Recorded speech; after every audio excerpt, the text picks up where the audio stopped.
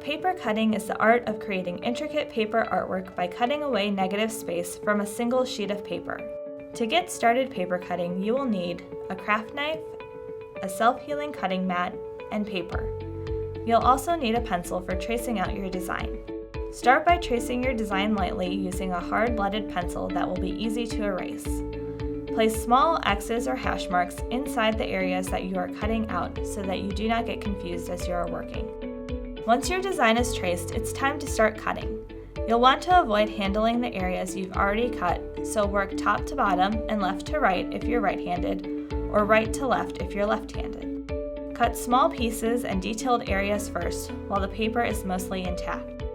Work pulling your craft knife towards you for the most control. Rotate the paper as you work for better control. Once you've cut away all the pieces, gently erase any pencil marks that remain.